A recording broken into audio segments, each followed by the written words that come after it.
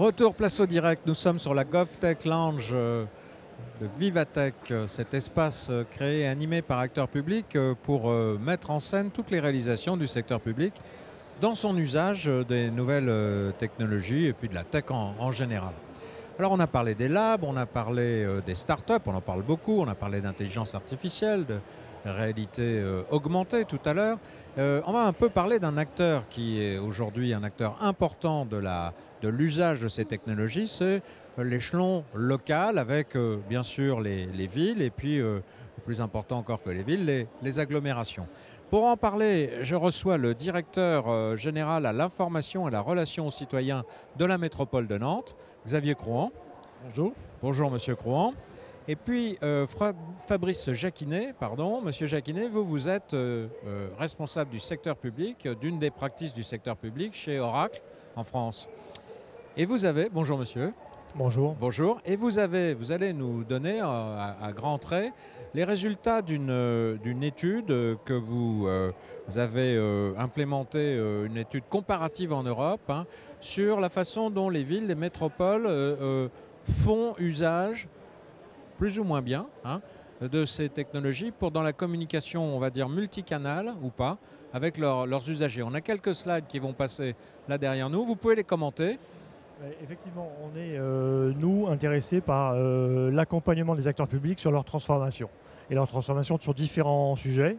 Et la motivation qu'on a voulu mettre en évidence, c'était comment les villes métropoles s'appropriaient les nouveaux enjeux des nouvelles technologies, des nouveaux canaux, pour répondre aux usagers qui avaient déjà pris des habitudes dans leur vie de tous les jours, peut-être plus exigeantes, de plus d'interactions, etc.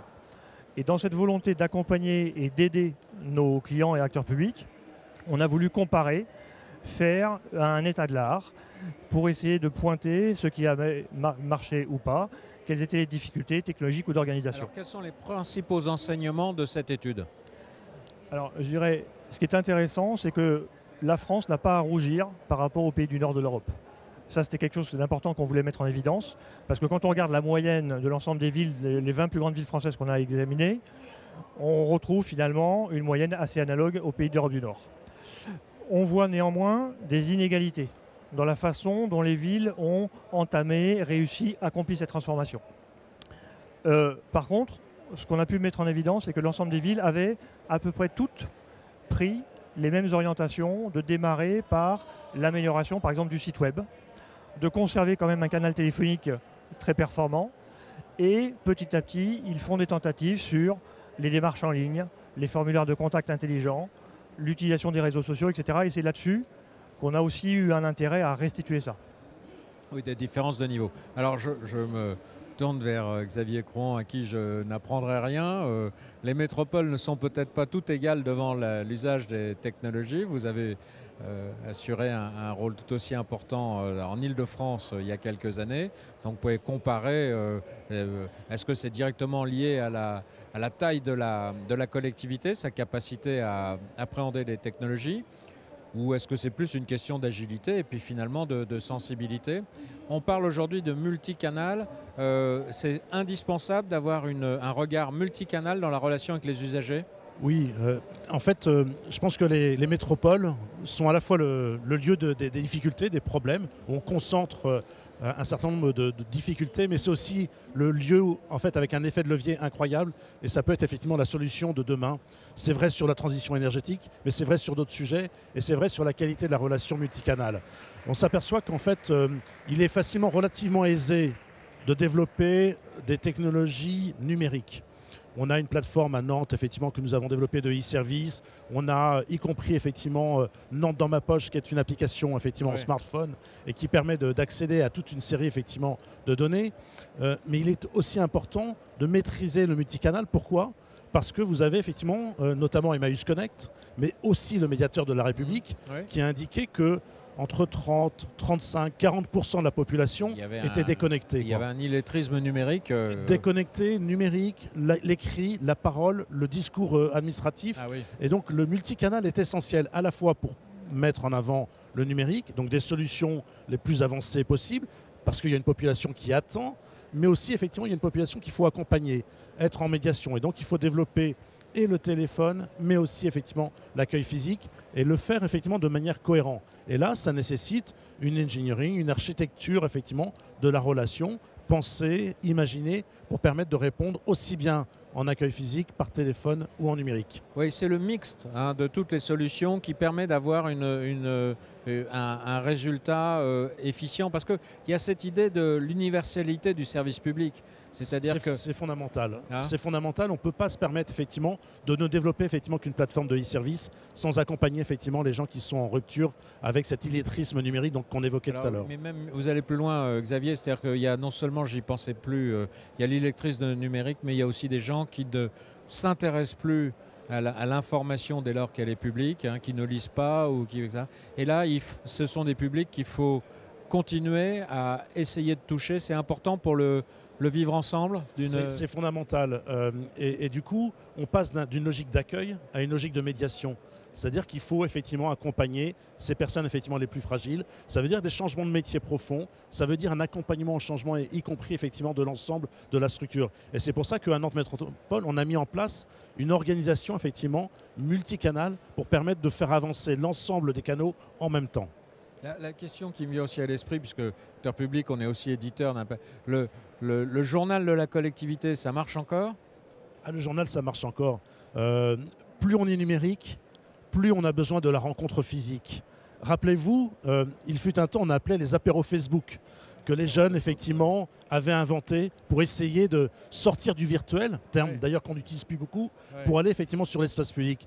Plus on est numérique, plus on a besoin de rencontres physiques, plus on a besoin effectivement d'explications et d'outils accessibles. On ne peut pas tout miser sur le numérique. Et moi, je suis pourtant, et vous le savez effectivement, quelqu'un qui promeut le numérique dans des développements, mais je crois qu'il faut faire attention effectivement à ces fractures qu'on voit apparaître ici ou là, la diagonale du vide avec les gilets jaunes, mais aussi effectivement dans nos métropoles, des fractures effectivement numériques qui est en train de se créer fortement.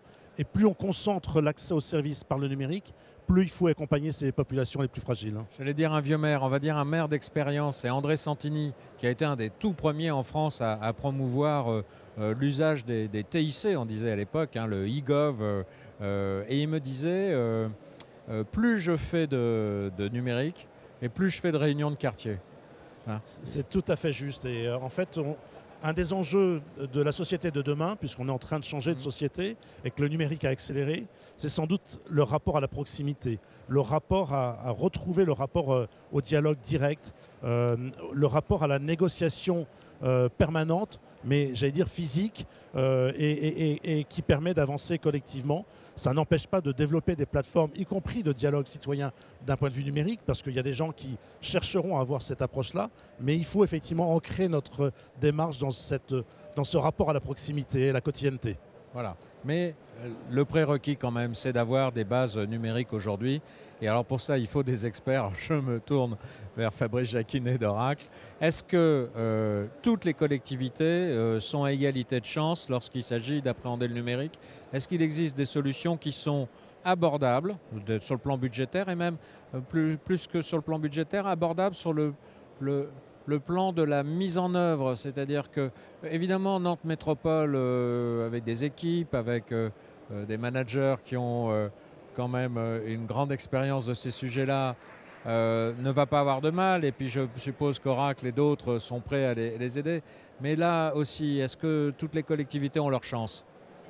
Alors, je dirais oui, parce que justement, ce qu'on évoque depuis ce matin, c'est qu'il y a un certain nombre d'innovations dans la technologie qui permettent cet accès-là. Typiquement, on parle du cloud, mais le cloud, c'est de l'agilité, parce qu'on n'est pas forcément sûr d'implémenter tout de suite ce qui va bien, et cette agilité nous permet d'expérimenter, et là, le cloud permet ça sans avoir à acquérir la solution. Et deux, je dirais, le secteur public a aussi des capacités par des centrales d'achat, par des procédures, de faciliter l'acquisition, l'expérimentation, et de rentrer ça dans un modèle économique aussi propre à leur budget. Oui. Ce que vous dites avec le cloud, c'est-à-dire que même pour une petite collectivité, il n'y a pas d'investissement à faire. On va payer l'usage qu'on fait de... Et le fait de payer à l'usage, ça aussi met l'acteur public et l'éditeur que nous sommes le partenaire dans une logique de que fait-on, pour quel résultat et comment le mesure-t-on. Et je pense que la logique de la transformation publique, c'est aussi en permanence de mesurer si on progresse pour ajuster au fur et à mesure. Chez Oracle, c'est votre expertise, vous faites du conseil et de l'accompagnement pour les collectivités pour qu'elles passent justement de l'idée il faut qu'on fasse quelque chose, mais quoi, à comment on le fait? Alors, le conseil, il est nécessaire. C'est qu'on ne peut plus se contenter, nous, de dire prenez le paquet sur l'étagère, etc. C'est parce qu'on partage les expériences entre pays, c'est parce qu'on fait des retours d'expérience sur différents acteurs qu'on donne à juger à l'acteur public du choix et d'arbitrage qui lui revient. Mais justement, on doit rentrer dans cette logique de proximité. De compréhension de son besoin et puis d'accompagnement, etc.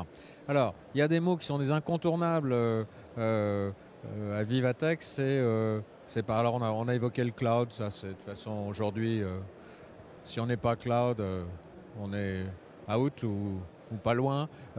L'intelligence artificielle. Voilà, je vais reciter encore André Santini, qui disait souvent qu'on a la fonction publique, la meilleure du monde, la plus intelligente. Alors on avait déjà une fonction publique extrêmement intelligente, et maintenant on peut l'augmenter, on peut l'aider, l'upgrader grâce à l'intelligence artificielle. Qu'est-ce qu'on doit en attendre? Qu'est-ce qu'on peut faire pour les collectivités avec de l'intelligence artificielle et le cloud pour justement améliorer l'agilité et le développement de solutions multicanales à destination des usagers? C'est intéressant parce que l'intelligence artificielle, moi j'ai commencé dans ma carrière par ce sujet-là. Donc j'en ai fait comme M. Jourdain. Typiquement, chez Oracle, on a des solutions d'intelligence artificielle qui existent déjà depuis une dizaine d'années. Typiquement, toute la démarche en ligne aujourd'hui, elle est facilitée par des systèmes experts qui vont être capables d'embarquer automatiquement du raisonnement, du réglementaire pour faciliter le fait que la relation, l'interaction ou la demande soit qualifiante, qu'on ait moins de dossiers à traiter parce qu'on a su orienter le plus vite possible. Deuxième cas de figure, c'est l'intelligence artificielle dans les bots, dans ces technologies qui viennent enrichir le canal. C'est aussi toutes les solutions au travers de l'analyse de l'open data. C'est-à-dire qu'aujourd'hui, il y a quand même un effort de transparence qui est fait et il y a différentes technologies qui permettent l'apprentissage, la réutilisation. Et chez Oracle, on a souhaité incorporer cette intelligence artificielle au sein même des applications qu'on va proposer pour garantir le service intelligent de bout en bout. L'intelligence, par exemple, on parlait des bots, là, on parle bien sûr d'un service rendu aux usagers, quand même H24 pour les chatbots et puis 7 sur 7. C'est pas aussi une façon d'enrichir la tâche des agents parce que ça peut les dégager d'un certain nombre de routines, de réponses, de choses qui peuvent être faites par une machine? Absolument. En fait, on voit bien, effectivement, on parlait de cloud, on parle de data, de big data, et l'ensemble des organisations territoriales sont en train de s'organiser fortement. Nous-mêmes, on a effectivement une stratégie de la data qui est en train de se poser, y compris avec les questions éthiques que ça pose, une charte effectivement de la donnée pour aussi permettre l'accessibilité effectivement de l'usage de la donnée par effectivement le citoyen dont on sait effectivement qu'il est plutôt vigilant. Et à juste titre sur l'usage effectivement de la donnée. Il commence à avoir des raisons de l'être. Il commence à avoir des raisons de l'être. Donc il faut effectivement aussi que nous, institutions, nous portions cette éthique de la donnée et on doit le mener en parallèle du développement effectivement de cette question de l'intelligence artificielle, de l'automatisation, de l'industrialisation, de la personnalisation par la donnée. Mais on doit le faire effectivement dans un cadre précis qui doit permettre et on sait que le rapport entre le citoyen et le politique et les institutions est en train de chuter drastiquement et d'année en année. Sans doute pas à côté du maire, vis-à-vis du maire, qui reste encore l'institution la plus forte encore, la relation la plus forte. Mais néanmoins, on voit d'année en année cette confiance diminuer. Et il ne faudrait pas que derrière cette question de la donnée, on crée des tensions entre le citoyen et les institutions. Il y a des tensions ou est-ce que finalement un citoyen préfère que ces données soient plus administrées par sa ville, avec qui il peut avoir quand même un rapport de confiance, plutôt que par un GAFAM ou un autre? Alors c'est là que nous, ce qui nous a intéressé dans cette étude dans différents pays, c'est qu'on a pu mesurer les différentes approches en fonction des postulats culturels. Aujourd'hui, on sait que par exemple au Canada, depuis des années, il y a des acteurs publics qui disent « Donnez-moi de l'information sur vous, parce que plus j'en saurai sur vous, plus je vous rendrai proactivement un service de qualité ». Et les citoyens suivent? Et les citoyens suivent, parce Ouais. qu'ils le voient vraiment. Parce Après, que la preuve, il y a la... voilà, ils ça leur se rendent mesure, le ça service, s'expérimente. Là où peut-être dans d'autres pays, je pense qu'en France, on est encore très prudent là-dessus. J'ai discuté avec certains acteurs au moment de la restitution de l'étude. Et effectivement, on parlait tout à l'heure du journal papier. J'ai évoqué le fait de dire, mais est-ce que ça vous intéresse de faire un journal numérique personnalisé, le contenu en fonction des cibles? Ouais. Et là, les gens nous ont dit, oh attention, la notion de ciblage, de connaissance, c'est pas encore quelque chose, je pense à mon avis, qui est vécu par les acteurs publics comme possible, alors qu'il y a peut-être des clients, des usagers qui sont déjà prêts, parce que l'accueil, le recueil du consentement, la RGPD, etc., c'est déjà rentré dans les mœurs. Aujourd'hui, je peux très facilement dire j'accepte de te fournir mes données pour tel usage. Simplement, il faut le tester pour mesurer l'impact. L'analyse la plus pertinente possible de la donnée, justement pour pousser l'information très adaptée à ces publics un peu perdus, hein, ceux qui n'ont plus l'habitude de communiquer facilement avec les institutions, les collectivités. Est-ce que ce n'est pas une voie, l'hyper-personnalisation du message, dangereux ou souhaitable pour parler à certains? Alors il faut sans doute l'expérimenter, le faire dans des cadres, un cadre juridique, et on a la chance en Europe, à partir effectivement du RGPD, d'avoir effectivement ce cadre juridique de protection. Mais expérimenter, par exemple, on sait qu'il y a un nombre de personnes qui ne vont pas chercher les droits auxquels elles ont droit. Parce qu'effectivement, le système est devenu trop complexe, à la fois institutionnel, mais aussi pour y accéder. Et qu'en fait, en recoupant un certain nombre de données, on peut aller se dire, il y a effectivement telle population, dans tel quartier, dans telle rue, qui pourrait effectivement bénéficier de ce droit, et d'aller à ce moment-là... Faire du push de faire service du public. push, non pas de manière numérique, parce qu'on sait que ces populations ne sont pas en phase avec, mais d'aller vers après, de dépêcher des agents qui, à un moment donné, vont faire de la médiation. Mais l'analyse data permet effectivement d'aller chercher ces personnes, effectivement. Oui. L'analyse de la data, ça permet de se rapprocher des ayants droit. Et là, suivant le... Alors, on revient au multicanal. Hein. Avec le canal adapté, eh bien, on pousse l'information. Et ça, c'est effectivement l'intelligence de la donnée qui permet effectivement d'accéder à finalement des populations. C'est toujours universel, le service, mais il est à la carte. Non, je crois qu'il faut conserver effectivement sa dimension universelle. Elle est essentielle, c'est l'intérêt général, c'est le service public, c'est l'équité, et tout le monde doit être effectivement en droit face aux mêmes prestations. Et c'est à nous peut-être de nous adapter et non pas simplement d'aller attendre que finalement les ayants droit viennent réclamer, et peut-être qu'à un moment donné, face à ce monde très complexe, d'aller vers, et ça c'est un enjeu nouveau. Il y a aussi des inégalités socio-culturelles d'accès à l'information. Il y a quand même des gens à qui il faut pousser l'information d'une certaine façon.